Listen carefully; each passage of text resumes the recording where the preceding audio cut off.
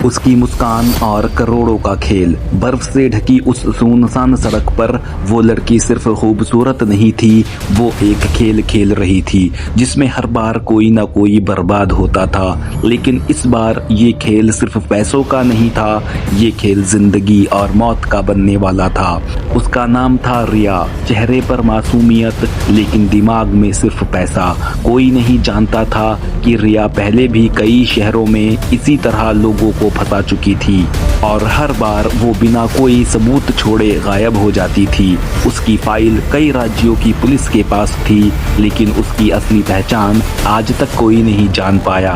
वो हमेशा ऐसी जगह जाती थी जहां अमीर लोग अकेले मिल जाएं, जैसे ये पहाड़ी रिजॉर्ट। लेकिन इस बार वो खुद भी नहीं जानती थी कि कोई और भी उसका इंतजार कर रहा है।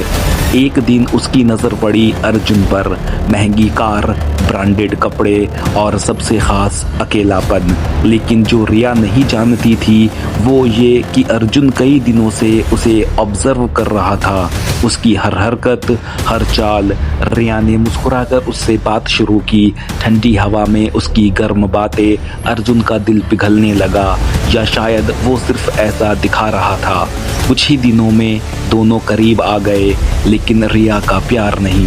उसकी नज़र अर्जुन की दौलत पर थी और अर्जुन रिया के हर कदम को चुपचाप रिकॉर्ड कर रहा था।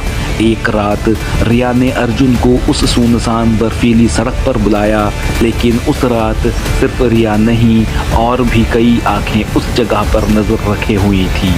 रिया बोली, मुझे तुमसे कुछ ज़रूरी बातें करनी हैं। अर्जुन पहुंचा, लेकिन जैसे ही वो पास आया, रिया ने गले लगाने से पहले उसके कोट में छिपे माइक्रोफोन डिवाइस को महसूस कर लिया।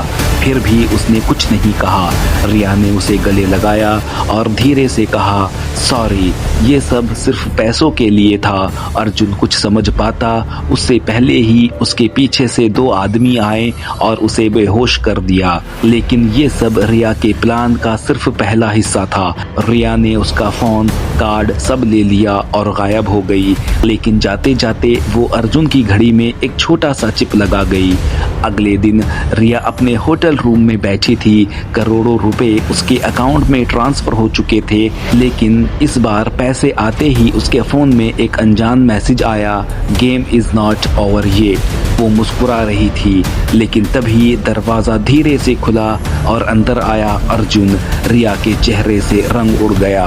अर्जुन हंसा, तुम जैसी लड़कियों को पकड़ने के लिए ही तो ये सब प्लान किया था। असल में अर्जुन कोई अमीर लड़का नहीं, वो एक अंडरकवर पुलिस ऑफिसर था। रिया ने जैसे ही भागने की कोशिश की, पूरी टीम अंदर आ गई, लेकिन असली खेल अभी बाकी था। रिया अचानक हंसने लगी, तुम्हें लगता है मैं इतनी आसानी से पकड़ी जाऊंगी?